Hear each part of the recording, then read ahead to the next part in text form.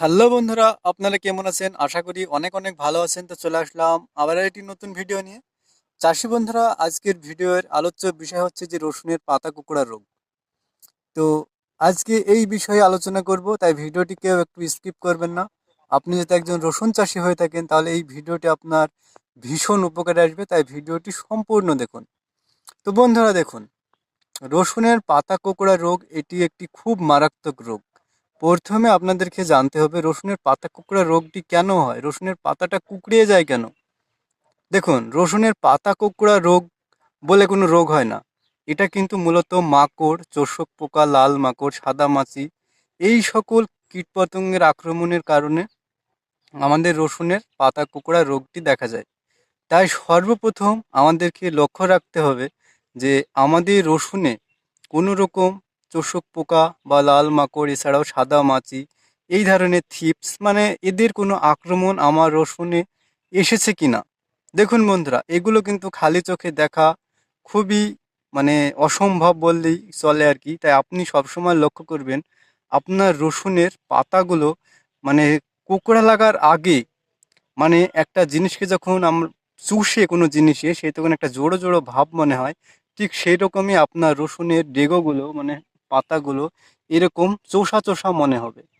মানে আপনাদেরকে আমি একটু ব্যাক ক্যামেরায় দেখানোর চেষ্টা করছি, তাহলে আপনারা ভালোভাবে বুঝে যাবেন যে আপনার রসুনে চোষক পোকার আক্রমণ ঘটেছে কিনা। চাষি বন্ধুরা, এই রসুনটিকে ভালোভাবে লক্ষ্য করে দেখুন।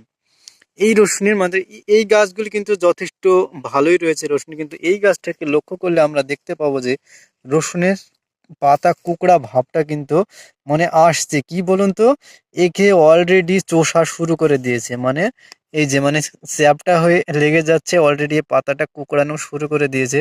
আবার দেখুন এই পাতাটার মধ্যে আরেকটা পাতা ঢুকে যাচ্ছে। মানে কি বলুন তো, এই গাছটাতে আপনার পাতা কুকড়া লাগা যে রোগ লাগে সেটা কিন্তু অলরেডি ধরে যাচ্ছে ধীরে ধীরে। ঠিক এই মতো অবস্থায় কিন্তু আপনাকে কীটনাশক ওষুধ অবশ্যই ব্যবহার করতে হবে। কোন ধরনের কীটনাশক ওষুধ ব্যবহার করবেন সম্পূর্ণটা আমি এই ভিডিওর মাধ্যমে আপনাদেরকে জানিয়ে দেবো। তার আগে বন্ধুরা, এই যে দেখুন একটা স্পট, আপনাদেরকে একটু ভালোভাবে দেখা, এই যে একটা জোড়ো অংশ দেখছেন, এই যে এইখানে আপনাদের চোষক পোকাটার বাসা বাঁধে। আর ঠিক এইরকম মানে একটা স্পট দেখা দেয় সাদাটি কালারের, এর একদম সেম এরকম স্পট দেখতে পাবেন। চাষি বন্ধুরা, আপনার রসুনে যখন এই রকম স্পট দেখতে পাবেন বা কয়েকটা গাছ অলরেডি পাতা কোঁকড়ানো শুরু করে দিয়েছে, এমনটা যদি দেখতে পান, তবে তৎক্ষণাৎ কোনো দেরি না করে একটি ভালো কীটনাশক ওষুধ ব্যবহার করুন। এবার বলি কোন কীটনাশক ওষুধ মানে আপনি স্প্রে করবেন, কোন কীটনাশক ওষুধের রেজাল্ট খুব ভালো। আমি এখানে 2 থেকে 3টি কীটনাশক ওষুধের নাম বলবো, তার মধ্যে যে কোনো একটি ডোজ আপনারা যদি আপনার রসুনে ব্যবহার করতে পারেন, আশা করা যায় এই চোষক পোকা, লাল মাকড়, থিপস এগুলো আপনার জমি থেকে চিরতরে দূর হয়ে যাবে। এর ফলে আপনার রসুনের যে পাতা কুঁকড়া রোগটি লাগে সেটাও জমি থেকে একদম নির্মূল হয়ে যাবে। চাষি বন্ধুরা, লাল মাকড়, চোষক পোকা, থিপস এই জাতীয় পোকা রোধ করতে আপনারা ব্যবহার করতে পারেন বায়ার কোম্পানির খুব ভালো একটি কীটনাশক ঔষধ অবিরন।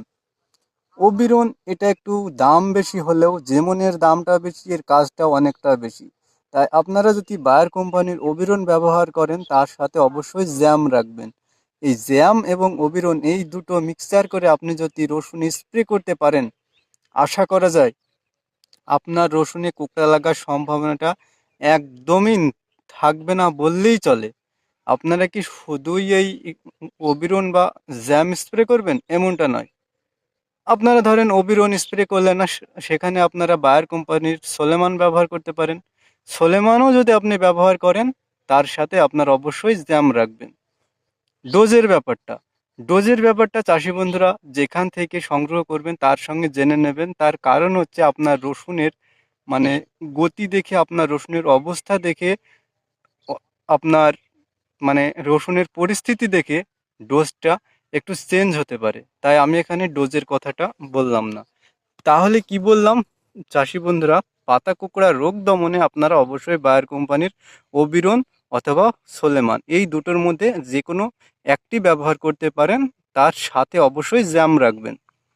এই গেল লিকুইড কীটনাশক ওষুধ। এবার আপনাদেরকে কিছু দানাদার কীটনাশক ওষুধের নাম বলবো, যেগুলো ওর থেকেতে দামটা একটু কম হবে কিন্তু রেজাল্টও যথেষ্ট ভালো। তার কারণ গত 2025 সালে আমি একটা ভিডিও আপলোড করেছিলাম রসুনের পাতা কুঁকড়া রোগ বলে। সেখান থেকে অনেক চাষি বন্ধু আমার এই ভিডিওটি দেখে জমিতে ওই ওষুধটি দেওয়ার পরে অনেক রেজাল্ট পেয়েছে। এবার বলবো দানাদার কিছু ওষুধের নাম। বন্ধুরা, আরেকবার বলেছিলাম দানাদার পাতা কুঁকড়া রোগের কীটনাশক ওষুধ হিসাবে রাখতে বলেছিলাম রিভলাক্স। স্ক্রিনের ওপরে দেখতে পাচ্ছেন এই রিভলাক্স।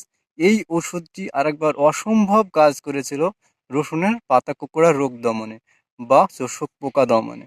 তাই আপনারা এবছরের চাইলে রিভলাক্স ব্যবহার করতে পারেন।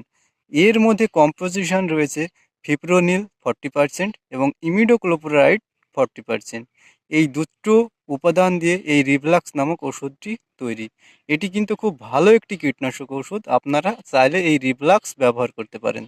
আরেকটি যেমন রয়েছে রিভলাক্স গ্রুপেরই পুলিশ। পুলিশ একটি খুব ভালো কীটনাশক ঔষধ, মানে রিভলাক্সে যেটা পাবেন পুলিশেও সেটাই পাবেন। যেমন ইমিডোক্লোরাইড 40% এবং ফিপ্রোনিল 40%। পুলিশ নামক এই কীটনাশক ওষুধটাতেও সেম একই কম্পোজিশন রয়েছে। আরেকটির ওষুধ রয়েছে যেটার নাম হলো চাষি বন্ধুরা লোকার। এখানে দেখতে পাচ্ছেন লোকার নামক এই কীটনাশক ঔষধটি আপনারা জমিতে স্প্রে করতে পারেন।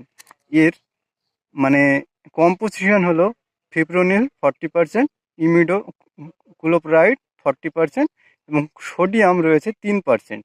আপনারা চাইলে এই লোকার নামক মানে কীটনাশক ঔষধটিও পাতা কুঁকড়া রোগের জন্য স্প্রে করতে পারেন। এক কথায় বলতে পারি কোনো দানা জাতীয় পাতা কুঁকড়া রোগের জন্য যদি কোনো দানা জাতীয় কীটনাশক ওষুধ স্প্রে করতে চান, তাহলে হয় আপনি ইন্ডিয়ান হন অথবা বাংলাদেশি হন, আপনি যেখানকারই হন, একটি জিনিসই মাথায় রাখবেন, সেটা হলো ফিপ্রোনিল 40% এবং ইমিডোক্লোপ্রাইড 40%। এই দুটো উপাদান যে কীটনাশক ঔষধে পাওয়া যায় সেটাই আপনি আপনার রসুনের পাতা কুঁকড়া রোগ দমনের জন্য ব্যবহার করতে পারেন। আশা করি আপনাদেরকে এই ভিডিওর মাধ্যমে সম্পূর্ণটা বোঝাতে পারলাম। তো বন্ধুরা, এরপরেও আপনাদের যদি কোনো রকম বোঝার ভুল থাকে বা বোঝার কোনো অসুবিধা হয়ে থাকে, তাহলে অবশ্যই কমেন্ট করবেন। আপনাদেরকে কমেন্টের মাধ্যমে জানিয়ে দেওয়ার চেষ্টা করব। তো চাষি বন্ধুরা, আজকের ভিডিওটা এখানেই শেষ করে দিলাম। এই রসুনের পাতা কুঁকড়া রোগ খুব মারাত্মক রোগ। যত তাড়াতাড়ি সম্ভব এই কীটনাশক ওষুধের মধ্যে যে কোনো একটি আপনারা অবশ্যই জমিতে অতি দ্রুত ব্যবহার করুন। তো অসংখ্য ধন্যবাদ। আপনি যদি চ্যানেলে নতুন হয়ে থাকেন তাহলে এই চ্যানেলটিকে সাবস্ক্রাইব করুন, তার কারণ প্রতিনিয়ত এই চ্যানেলে চাষ বাংলার ভিডিও আপলোড করে থাকি আমি।